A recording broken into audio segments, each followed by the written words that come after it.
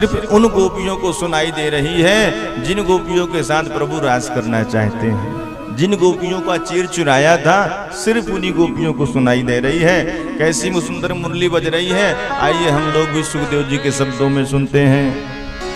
निसम्य गीतम तदनंग वर्धनम, निशम्य गीतम तदनंग वर्धनम, निसम्य गीतम तदनंग वर्धनम, निशम्य गीतम तदनंग वर्धनम।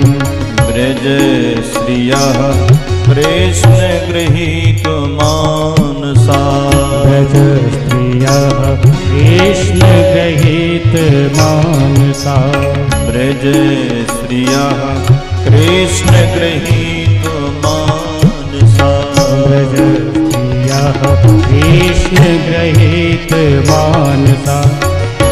आजग मुरन्यो न्यम लक्ष्य तोद्यमा, आजग मुरन्यो न्यम लक्ष्य तोद्यमा, आजग मुरन्यो न्यम लक्ष्य तोद्यमा, आजग मुरन्यो न्यम लक्ष्य तोद्यमा।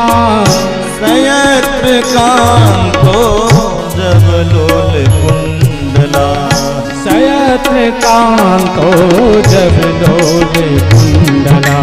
निसम्य गीतम तदनंग वर्धनम, निशम्य गीतम तदनंग वर्धनम, तदनंग वर्धनम, तदनंग वर्धनम। भगवान ने दिव्य मुरली का निनाद किया। निसम्य गीतम तदनंग वर्धनम, और जैसे ही मुरली की तान गई गोपियों के कान तो गोपियां सब कुछ भूल गई अपना भान, और जो जिस कार्य में व्यस्त थी उसको वहीं पर छोड़ करके दौड़ पड़ी कन्हैया के पास। अब सुखदेव जी महाराज चित्र खींच रहे हैं कौन गोपी क्या कर रही थी। दुह्यन्त्यो भिययुः काश्चित् दोहम हित्वा समुत्सुका, पयोधिसृत्य संयाव मनुजास्या पराययुः। एक गोपी गैया दुह रही थी और जैसे ही कन्हैया की मुरली कान पर पड़ी दोहनी फेंक करके दौड़ पड़ी कन्हैया के पास। एक गोपी भोजन बना रही थी तो झंझरी लेकर के ही भगवान के पास पहुंच गई।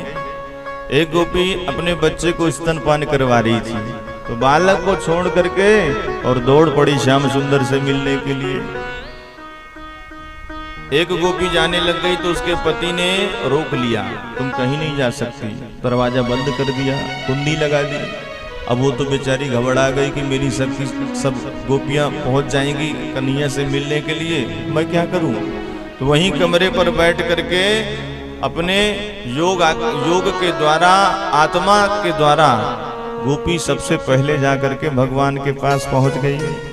अब परीक्षित ने प्रश्न किया कि महाराज इन गोपियों में इतनी शक्ति कि शरीर भी त्याग करके आत्मा स्वरूप से भगवान के पास पहुंच गई, ऐसे कैसे संभव है। तब सुखदेव जी कहते हैं राजन ये जो गोपियां हैं ये कोई साधारण नहीं है। आज गोपी बन करके तो आई हैं लेकिन ये कोई साधारण गोपियां नहीं है। बड़े बड़े अमलात्मा विमलात्मा महात्मा संत योगिंद्र आज गोपी बन करके आए हैं। गोपियों के कई भेद बताए गए हैं। श्रुति रूपा, मुनि रूपा, साधन सिद्धा, स्वयं सिद्धा, दैत्य कन्या, मत्स्य कन्या, यज्ञ सीता, जनकपुर की नारियां, दंडकारण्य के संत, ये सब गोपी बन करके आए। कोई साधारण नारियां नहीं है। भगवान राम जी महाराज को जब 14 वर्ष का वनवास हुआ और जंगल में विचरण कर रहे थे तपसी रूप बनाए हुए, दंडकारण्य में भी पहुंचे तो जितने दंडकारण्य में संत महात्माओं ने भगवान के सुंदर सलोने स्वरूप को देखा तो देखा और देखते ही रह गए। मन में संकल्प विकल्प बनने लग गए कि भाई कितना सुंदर है राजकुमारी, कितना सुंदर स्वरूप है इनका। अब देखिए भगवान कितने सुंदर हैं, कितना सांवला सलोना स्वरूप है इनका कि तपसी के वेश में भी हैं, इसके बाद भी महात्माओं के हृदय में अनुराग उमड़ रहा है।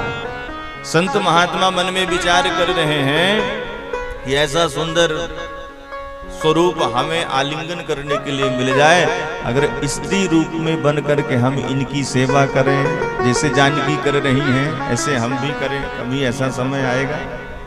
राम जी महाराज तो अंतर्यामी आशीर्वाद दे दिया, बाबा जी अभी तो हम मर्यादा पुरुषोत्तम हैं, एक पत्नी व्रतधारी हैं, इसलिए इस युग में तो हम आपका मनोरथ पूरा नहीं कर सकते, लेकिन द्वापर में जब हम कृष्णावतार लेकर के आएंगे और शरद पूर्णिमा की रात्रि के दिन असंख्य नारियों के बीच में मिलकर के रास करेंगे, उस समय आप भी आ जाना, आपका भी मनोरथ पूरा हो जाएगा।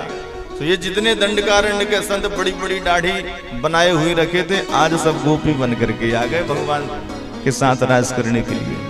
मत्स्य कन्या, भगवान ने जब मछली का रूप धारण किया था ना, अब इतना सुंदर स्वरूप भगवान का, तो समुद्र में जब गए तो जितनी भी मछलियां थी, कन्याएं थी, सब भगवान को देख करके मोहित हो गई। तो भगवान ने उन्हें भी आश्वासन दिया कि तुम लोग भी आ जाना, शरद पूर्णिमा की रात्रि के दिन रास में सम्मिलित हो जाना। दैत्य कन्या, भगवान जब वामन स्वरूप बना करके गए तो राजा बलि के यहाँ जितनी भी कन्याएं थी, जितनी भी दैत्य कन्याएं थी, सब भगवान पर मोहित हो गई, उनको भी भगवान ने आशीर्वाद दिया। अब भगवान जब दूल्हा बन करके जनकपुर गए तो जितनी जनकपुर की कन्याएं थी, विवाहिता थी, और नहीं भी विवाह जिनका हुआ था, सब भगवान को देख करके मोहित हो गई। अब भगवान को देख करके जब मोहित हो गई सब की सब, तो भगवान ने उनको